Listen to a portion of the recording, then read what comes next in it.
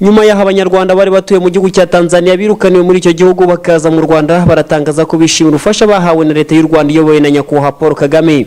Abanyarwanda birukanwe mu gihugu cya Tanzania maze bagatuzwa mu murenge wa Jabana, baravuga ko ubuzima bwabo bugenda butera imbere dore ko bubakiwe amazu meza, bagahabwa ibiryo ndetse n'abana babo bakiga, bimwe bibarinda guhangayika. Turashimira ubuyobozi bwa leta badufashije rwose nako butagize. Icyambere biragaragara yuko dufite intege tumaze kugaragaraho. Aya mazu batwubakiye niyo yambere agaragara yuko leta yagizemo uruhare cyane mu kudufasha no mu buryo yatwitayeho cyane. Bijyanye rero no n'imibereho yindi nayo ryageje kugenda idufasha, ntabwo twicwa n'inzara, ntabwo turara, mbe muri make leta yadufashije mu buryo bufatika. Badufasha, baduha ibyo kurya, baduha imyenda yo kwambara kuko twari twambaye ubusa, batwubakiye n'amazu, ubu amazu tuyarimo. Kuba guverinoma y'u Rwanda yarashoboye kwakira Abanyarwanda no kubasubiza mu buzima busanzwe ubwo birukanwaga mu gihugu cya Tanzania cyari kiwe na Jakaya muri Kikwete, icyo gihe iyirukanwa ry'Abanyarwanda mu gihugu cya Tanzania rikaba ryarakurikiye umwuka mubi hagati y'u Rwanda na Tanzania ku butegetsi bwa Kikwete. Gusa Uzayisenga Jean Bosco, umunyamabanga nshingwabikorwa w'umurenge wa Jabana, ashimangira avuga ko bakomeje kubafasha mu buryo bw'imibereho myiza ku bufatanye n'ubuyobozi bw'akarere ka Gasabo. Bafashwa kubonerwa bimwe na bimwe wenda si byose mu bibatunga, buri kwezi, buri gihe hari ibyo bagenerwa mu byo kurya. Ikindi mu buryo bw'imibereho yabo ya buri munsi ni bafashwamo n'ikijyanye na mitiweli n'ubwisungane mu kwivuza. Ubu bose bafite ubwisungane mu kwivuza, baravuzwa, ndetse no mu mwaka utaha naho 2016-2017 bagomba kuza bafite ubwishingizi kandi bose. Nubwo Abanyarwanda birukanwe muri Tanzania maze bagatuzwa mu murenge wa Jabana, hari byinshi bagejejweho, baratangaza ko bagifite imbogamizi zishingiye ku kutagira amasambu yo guhingamo ndetse nibura ry'akazi kuri bamwe.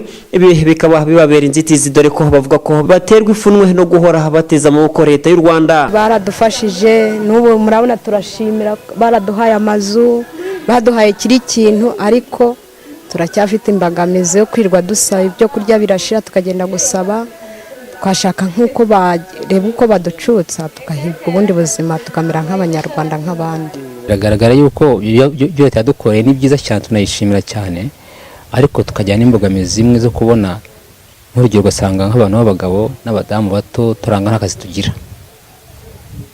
kazi tugira. Twagerageje no gusaba kugira ngo niba badukora ubuvugizi tubone n'amasambu, se nabyo byaba byiza, nk'aho icyo twakora twakwiteza imbere.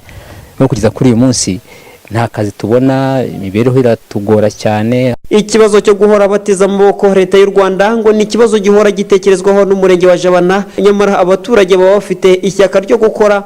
Ariko kandi Uzayisenga Jean Bosco, umunyamabanga nshingwabikorwa w'umurenge wa Jabana, yahumurije Abanyarwanda avuga ko ikibazo cyo kutagira amasambu yo guhingamo kizakemuka vuba, dore ko mu ngengo y'imari y'akarere ka Gasabo ya 2016-2017 n'ikibazo cy'amasambu gihangayikishije cyane abatujwe mu murenge wa Jabana nyuma yo kwirukanwa mu gihugu cya Tanzania, nacyo cyashyizwe muri iyo ngengo. Kimwe muri ibyo ngibyo harimo nyine ko kugenda bafashwa kubona akazi, harimo nanone no kuba bategurirwa iyo mishinga, abo badoda bagira gute. Ariko igikomeye kirimo nuko mu ngengo y'imari y'akarere y'umwaka utaha hateganyijwe kubagurira ubutaka, ku buryo hari uburyo biteganyijwe muri uwo mushinga, n'umushinga munini ku buryo wenda icyiciro cya mbere nk'imiryango muri iriya miryango 46 navuze, nk'imiryango nibura 20 ishobora kuzabonerwa ubutaka. Hashize imyaka 2 Abanyarwanda bari batuye mu gihugu cya Tanzania birukanwe maze batuzwa hirya no hino mu Rwanda. Ikibazo cyashakiwe igisubizo vuba na leta y'u Rwanda. Umurenge wa Jabana ukaba waratujwemo imiryango 46 igizwe n'abantu 168, bose bakaba baravuye hirya no hino muri Tanzania. Biziyane Thacien, Clouds TV.